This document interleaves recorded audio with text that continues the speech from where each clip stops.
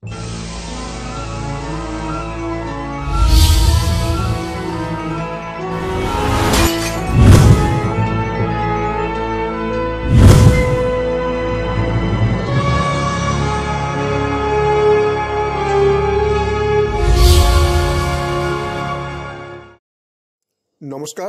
আপনারা দেখছেন কড়া খবর। এখন কড়া খবরে দেখুন, আন্তর্জাতিক কলকাতা বইমেলায় জনবার্তা প্রকাশন স্টল থেকে প্রাক্তন কেন্দ্রীয় মন্ত্রী ডাক্তার সুভাষ সরকারের হাত দিয়ে প্রকাশিত হল বিশিষ্ট গ্রন্থকার রণজিৎ যশের দুখানি অমূল্য গ্রন্থ মুক্তির রণাঙ্গনে চতুর্থ খণ্ড ও দেশ এক মন্দির চতুর্থ খণ্ড। আন্তর্জাতিক কলকাতা বইমেলায় লক্ষ লক্ষ বইপ্রেমী মানুষের সমাবেশ হয়। যত দিন যাচ্ছে কলকাতা বইমেলা ততই জনসমাদর লাভ করছে। পৃথিবীর বহু দেশ থেকেই প্রকাশকরা তাদের বইয়ের ডালি নিয়ে উপস্থিত হন কলকাতা বইমেলায়। এছাড়া আমাদের ভারতবর্ষের বিভিন্ন প্রদেশের প্রকাশকরা তো আছেন কলকাতা বইপাড়া অর্থাৎ কলেজ স্ট্রিট বইপাড়ার ছোট বড় সমস্ত প্রকাশকরা। অর্থাৎ বইমেলায় যেমন লোক সমাগম হয়, তেমনই বই প্রকাশকরাও একটা বাড়তি প্ল্যাটফর্ম পেয়ে যান তাদের প্রকাশিত বইগুলি বিক্রি করার। এছাড়া যারা বই লেখেন সেই সমস্ত লেখকরাও মুখিয়ে থাকেন আন্তর্জাতিক কলকাতা বইমেলার দিকে, কেননা তারাও সশরীরে উপস্থিত থেকে তাদের পুরনো বইগুলি যেমন ক্রেতাদের হাতে তুলে দেন, তেমনি নতুন নতুন বইগুলিও এই বইমেলায় প্রকাশ করে থাকেন। গত 8ই ফেব্রুয়ারি কলকাতা বইমেলার শেষ দিনের আগের দিন বইমেলায় প্রকাশিত হল বিশিষ্ট গ্রন্থকার রণজিৎ যশের লেখা দুখানি অমূল্য গ্রন্থ মুক্তির রণাঙ্গনে চতুর্থ খণ্ড এবং দেশ এক মন্দির চতুর্থ খণ্ড। দুটি বইয়ের স্বাধীনতা সংগ্রামের ইতিহাসের পাশাপাশি জন্মভূমি ভারতবর্ষের প্রতি স্বাধীনতা সংগ্রামীদের শ্রদ্ধা ও ভক্তির কথা উঠে এসেছে। প্রথম বইটি বাংলায় লেখা এবং দ্বিতীয়টি হিন্দিতে। দুটি বইয়ের আনুষ্ঠানিক প্রকাশ করলেন প্রাক্তন কেন্দ্রীয় মন্ত্রী ডাক্তার সুভাষ সরকার। কলকাতা বইমেলার 160 নম্বর জনবার্তা স্টলে বই দুটির আনুষ্ঠানিক প্রকাশ হলো। এছাড়াও বিভিন্ন স্টলে বিভিন্ন লেখকের বই প্রতিদিনই প্রকাশিত হয়েছে এবং হচ্ছে। চলুন এখন আমরা সরাসরি চলে যাই বই দুটি যিনি আবরণ উন্মোচন করলেন সেই প্রাক্তন কেন্দ্রীয় মন্ত্রী ডাক্তার সুভাষ সরকারের কাছে। তার মুখ থেকে শুনি তিনি কি বললেন। এই জনবার্তা পত্রিকাটি একটি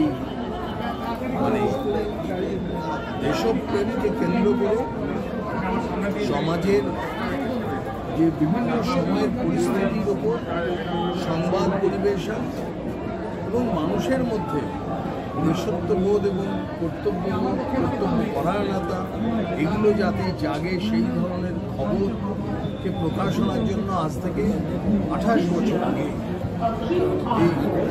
এই পত্রিকা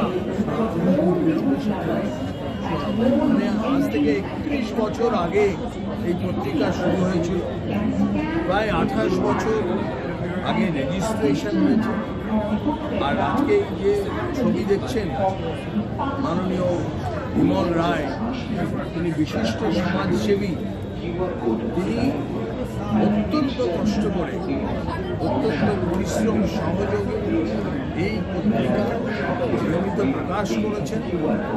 আজকে তা একটি জায়গায় এসে দাঁড়িয়েছে এবং সমাজের বিভিন্ন সংবাদ পরিবেশন আর আজকে এই যে আন্তর্জাতিক বই মেলাতেও একটি স্টল আজ 12 বছর ধরে এই স্টল পরিবেশন করা হয়। তো সেই রকম সেই স্টলেই মাননীয় রণজিৎ কুমার যশের লেখা দুটি বই, বিশেষভাবে দুটি বই আজকে উন্মোচন করা হলো। আর অন্য একজন দেশাত্মবোধক লেখক, ওনার কাব্যগ্রন্থ আছে, সেরকম 30টি কাব্যগ্রন্থ আছে, 14টা বই আছে। এর সঙ্গে সঙ্গে স্বাধীনতা সংগ্রাম বিশদভাবে বিভিন্ন প্রদেশে স্বাধীনতা সংগ্রামীদের তালিকাভুক্তি করা, এটা একটা বড় কঠিন। আজকে একটা যেটা বাংলার যে যোগটা, আমরা ওই বইটা পড়লে পরে দেখতে পাবো অসংখ্য নাম, যে সমস্ত নাম আমরা জানি না, প্রত্যেকটা জেলা থেকে আবার অন্য জায়গা থেকে এসে বাংলা প্রদেশের রেজিমেন্টের মধ্যে তাদেরও সমস্ত নামের বিবরণ আছে। It is a great directory এই বইটি। তো আমি আগ্রহ করব সকলে এই পুস্তক পড়ুন, জানুন এবং অন্যকে বলুন। আর এর সঙ্গে সঙ্গে অন্য ভাষায়, উড়িয়া ভাষায় উড়িষ্যার বই সেটাও লিখেছেন এবং অনেক মানে প্রশংসা অর্জন করেছেন। আমাকে বিভিন্ন ভালো ভালো অর্থাৎ তাদের কাছ থেকে প্রশংসাপত্র পেয়েছেন। মাননীয়া মহেশ্বরী দেবী তিনিও পর্যন্ত আমাকে উৎসাহিত করেছেন। বর্তমান ভারতবর্ষের যিনি শিক্ষামন্ত্রী উনিও ওনাকে প্রশংসাপত্র দিয়েছেন। প্রাক্তন কেন্দ্রীয় মন্ত্রীর কথা তো আমরা শুনলাম, এখন শুনব যার নিরলস প্রয়াসে দেশের নানা প্রান্তে ছড়িয়ে ছিটিয়ে থাকা দেশভক্ত স্বাধীনতা সংগ্রামীদের ইতিহাস বই দুটিতে স্থান পেয়েছে সেই গ্রন্থকার রঞ্জিত যশের কাছে। তার মুখ থেকে শুনে নেব বই দুটি সম্পর্কে তিনিই বা কি বললেন। ভারতবর্ষের স্বাধীনতা সংগ্রামীদের নিয়ে লেখা, একটা Hindi about the state of Orissa, একটা বাংলায় আছে মুক্তি রণাঙ্গনে চতুর্থ খণ্ড, যেটা মূলত রাসবিহারী বসুকে নিয়ে লেখা। আমি চাইছি যে দেশের প্রতি যে এই বইগুলোর মধ্যে স্বাধীনতা সংগ্রামের ইতিহাস কি আমরা লক্ষ্য করবো? হ্যাঁ, জানা অজানা বহু ঘটনা জানা যায়। বিশেষত গ্রামগঞ্জে যে বিপ্লবটা ঘটেছে সেটা কিন্তু জানা যায়। আজকে মাননীয় প্রাক্তন মন্ত্রী সুভাষ সরকারের হাত দিয়ে আপনার বই দুটি উদ্বোধন হলো। বই দুটি উদ্বোধন হওয়ার পর কী বলছেন? লিখে যাবো, কেননা উনি বলেছেন যে বইটা থাকবে, তুমি থাকবে না কিন্তু বইটা থাকবে। উনি আমাকে এক সাক্ষাৎকারে বলেছিলেন। আর বইগুলোর জনপ্রিয়তা সম্পর্কে কি আশা করছেন? দেখুন, আমি বই বিক্রি বা তার লভ্যাংশ পাবো এই আশা আমি করে লিখছি না।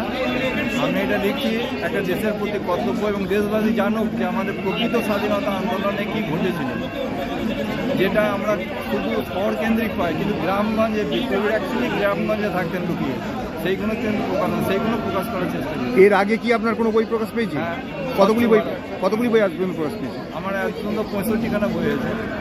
তা স্বচ্ছ ভারত বইটি আমি দিল্লিতে পাঠিয়েছিলাম।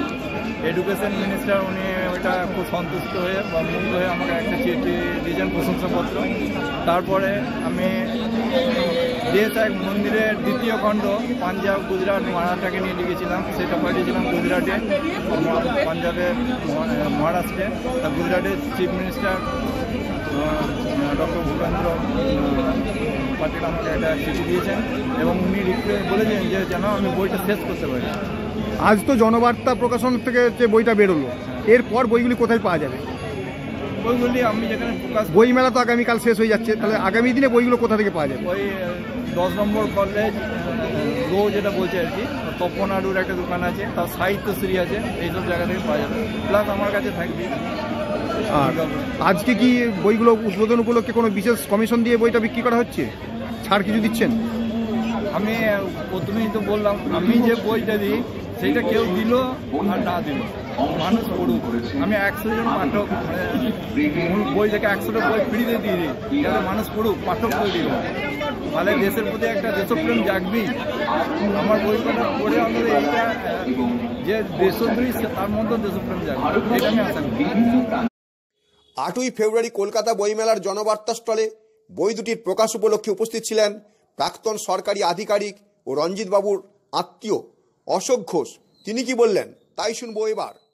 আমাদের অতীত স্বাধীনতা সংগ্রামীদের নিয়ে যে গবেষণা করছে সেটা মেনলি উনি গ্রামে গঞ্জে ডিফারেন্ট জায়গাতে, বাঁকুড়া, পুরুলিয়া, মেদিনীপুর, ডিফারেন্ট জায়গাতে গ্রামে গঞ্জে গিয়ে যারা অবহেলিত, আমার তো আওয়াজ যেমন জেল ছাড়া কিন্তু স্বাধীনতা পেনশন পাননি।